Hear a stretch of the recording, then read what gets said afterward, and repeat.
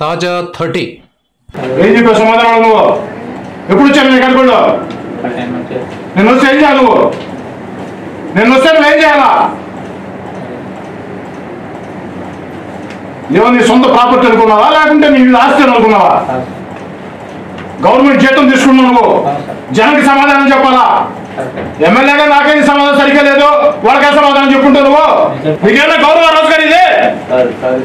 ఒక ఎమ్మెల్యే ఒక సర్టిఫికేట్ కోసం, క్యాన్సర్ పేషెంట్ కోసం హాస్పిటల్ రావాలా? ఉదాహరణ ఈరోజు అని చెప్పారు, అంతే కదా? అంతే కదా? ఈరోజు అని చెప్పారు. ఈరోజు వస్తే ఏం చెప్పారు నువ్వు? ఈరోజు మాట్లాడుకో. ఆ మాత్రం మానవత్వం కదా?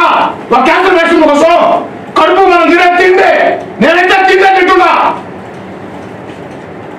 ఒక క్యాన్సర్ పేషెంట్ సాటి గవర్నమెంట్ ఎంప్లాయ్ 23 లాస్ట్ డేట్.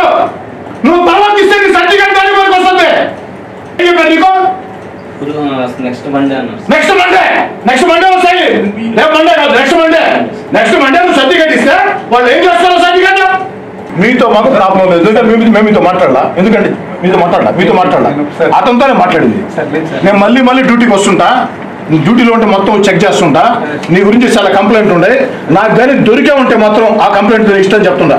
నిన్ను ఎవడో కాపాడాడు, గుర్తుపెట్టుకో. క్యాన్సర్తో బాధపడుతున్నటువంటి ఒక ప్రభుత్వ ఉద్యోగి బదిలీ కోసం ఆ యొక్క క్యాన్సర్ సర్టిఫికేట్ వచ్చేదానికి జిల్లా ప్రభుత్వ ప్రధాన వైద్యశాల చుట్టూ పదే తిరగాల్సిన పరిస్థితి.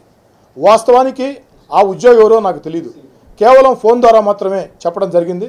నేను ఫోన్ చేసి చెప్పినప్పుడు ఇక్కడ ఉన్నటువంటి సంబంధిత డాక్టర్ల వద్ద కూడా ఆ యొక్క సర్టిఫికేట్ వెళ్ళనటువంటి పరిస్థితి.